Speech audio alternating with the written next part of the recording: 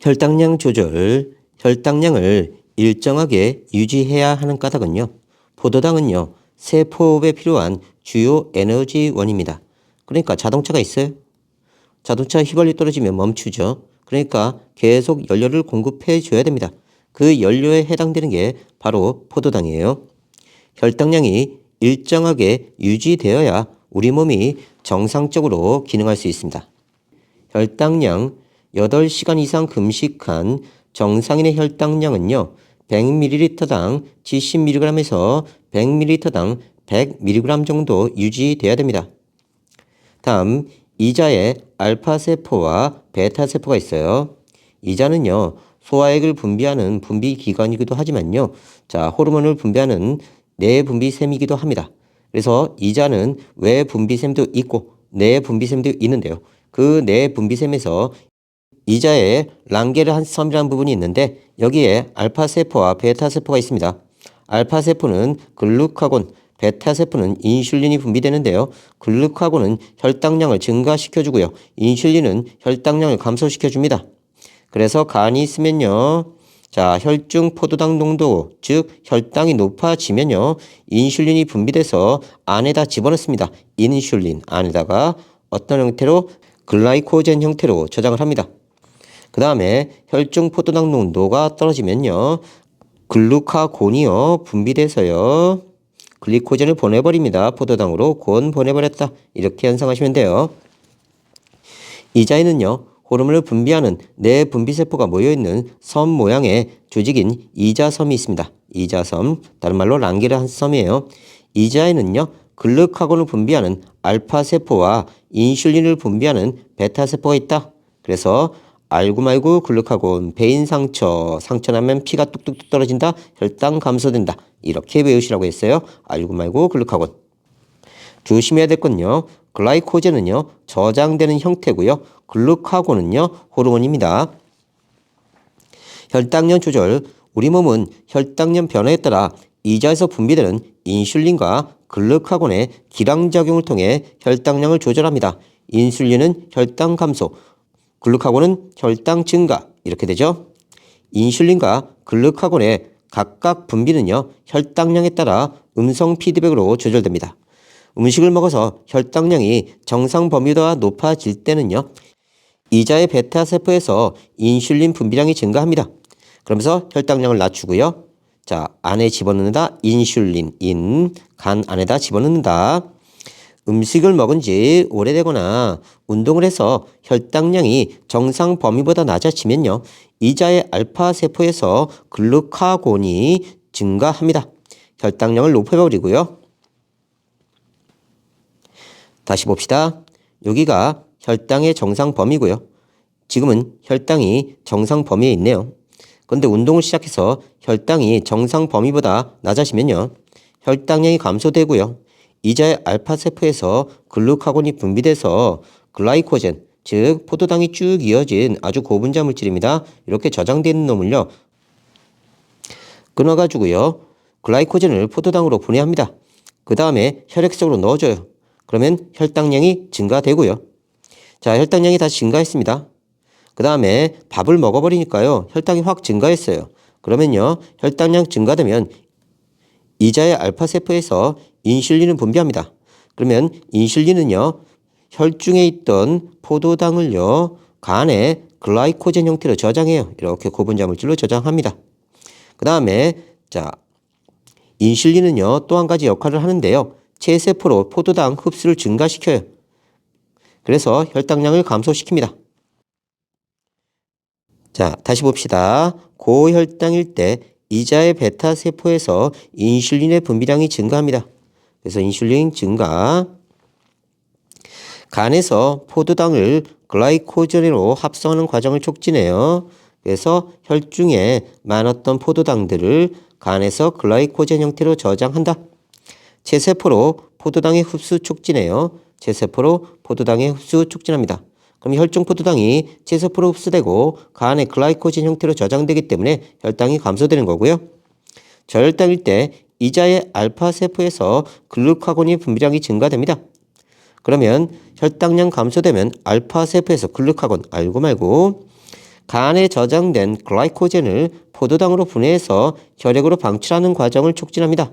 그래서 혈액으로 포도당을 계속 내보내요. 그러면 혈당이 다시 증가된다. 이렇게 됩니다. 교감신경에 의한 혈당량 조절, 추위, 물리적인 위험 등 스트레스 상황에서는 시상하부가 교감신경의 작용을 활성화시키고요. 부신속질에서 에프네프린이 분비되는 것을 촉진해서 혈당량을 증가시킵니다.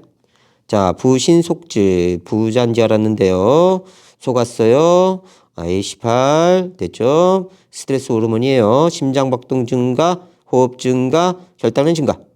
그래서 사이내의 시상하부에서 감지를 하면요. 척수를 통해서 교감신경 활성화시키고요. 이 교감신경에 의해서 부신속질에서 에피네프린이라는 호르몬을 분비하고요. 이 호르몬은 간에 글라이코젠 형태로 저장되어 있던 포도당을요. 분해해서 포도당으로 만들고요. 혈액 속으로 방출 촉진하게 됩니다. 그러면서 혈당을 증가시켜서 빨리 도망가자 이렇게 되는 거죠.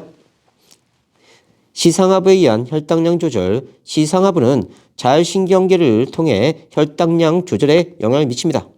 부교감신경은 이자에서 인슐린 분비 촉진시키고요. 교감신경은요, 이자에서 인슐린 분비 억제 및 글루카곤 분비 촉진시키고요.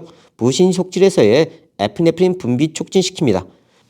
다시 시상하부는 그쵸. 교감과 부교감신경을 다 자극할 수 있고요. 이 신경계에 의해서 호르몬이, 부교감신경에 의해서 인슐린이, 교감신경에 의해서 인슐린 분비 억제, 글루카곤 분비 촉진 이렇게 되네요. 또 에피네프린 분비 촉진 됐죠? 어디서 분비되는지, 호르몬이 어떤 건지, 어떤 역할을 하는지 반드시 외우셔야 됩니다. 인슐린과 글루카곤에 의한 혈당량 조절이에요. 그림은 식사 전후 시간에 따른 혈당량, 혈액속 인슐린과 글루카곤의 농도를 나타내는 겁니다. 여기서 밥을 먹으니까요. 혈당이 확 증가하죠. 식사를 시작한 후 혈당량이 증가하는 까닭은요. 혈액 속 탄수화물이 소화 과정을 거쳐서 포도당으로 분해된 후 작은 창자로 흡수돼서 혈액으로 이동했기 때문이고요. 식사 시작한 뒤 혈액 속 인슐린 농도와 글루카곤의 농도 변화. 인슐린 농도는요. 쭉 올라가네요. 그쵸? 다음 글루카곤은 쭉 줄죠. 혈액 속 인슐린 농도는요. 혈당량이 증가하면 높아지고요. 혈당량이 증가하면 높아지고요. 혈액 속 글루카곤 농도는요. 혈당량이 증가하면 낮아집니다. 혈당량이 증가하니까 낮아진 거예요. 결론은요. 혈당량이 증가하면 인슐린의 분비량은 증가하고 인슐린 작용으로 혈당량이 감소하게 되고요. 반대로 혈당량이 감소하면 글루카곤 분비량이 증가하고요. 글루카곤의 작용으로 혈당량이 증가하게 된다.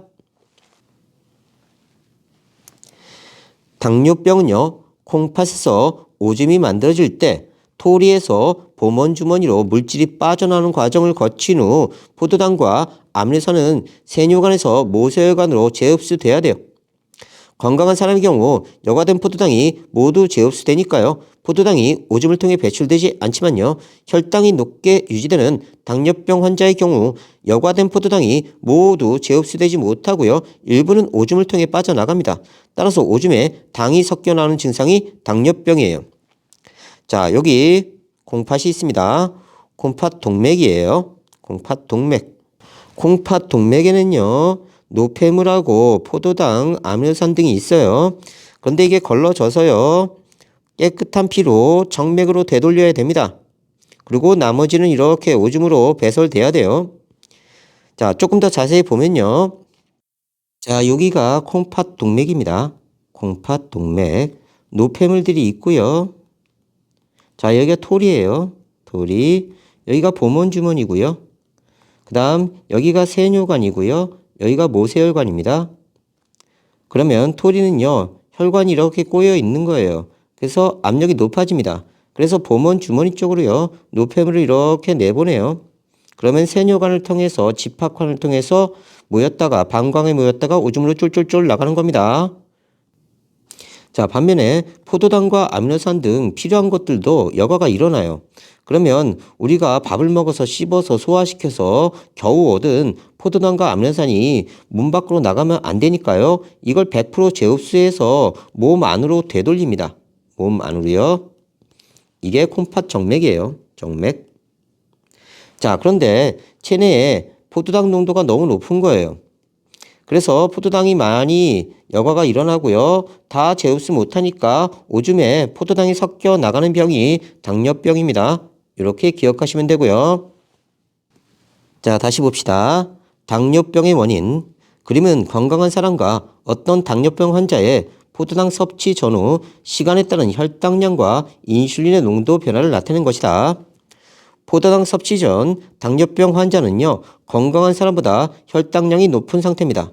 포도당을 섭취했어요. 건강한 사람은 혈당량이 여기까지 올라가는데 당뇨병 환자는 여기까지 올라가네요.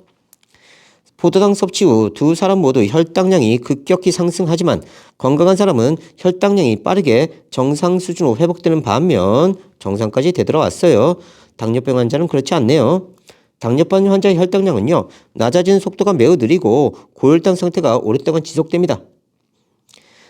포도당 섭취 직후 건강한 사람에서는요, 인슐린의 분비량이 증가했어요. 인슐린이 확 늘어나네요. 당뇨병 환자에서는 인슐린 분비가 원활하지 않아서 인슐린 분비량이 거의 증가하지 않았습니다. 거의 증가하지 않았네요. 당뇨병 환자는 인슐린 분비 부족으로 혈당량이 정상적으로 조절되지 않는 것이고요. 따라서 당뇨병 환자에 필요한 치료법은 인슐린을 주기적으로 투여받는 것입니다. 이때 당뇨병이 두 가지가 있는데요.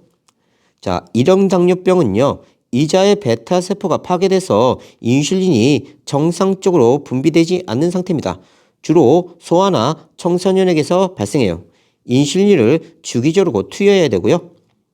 다음 이형 당뇨병은요, 인슐린이 정상적으로 분비되지만 다양한 원인으로 인슐린에 대한 표적세포인 체세포나 간세포가 인슐린의 신호를 제대로 받아들이지 못해서 발생합니다. 대부분의 당뇨병 환자가 이에 해당되고요.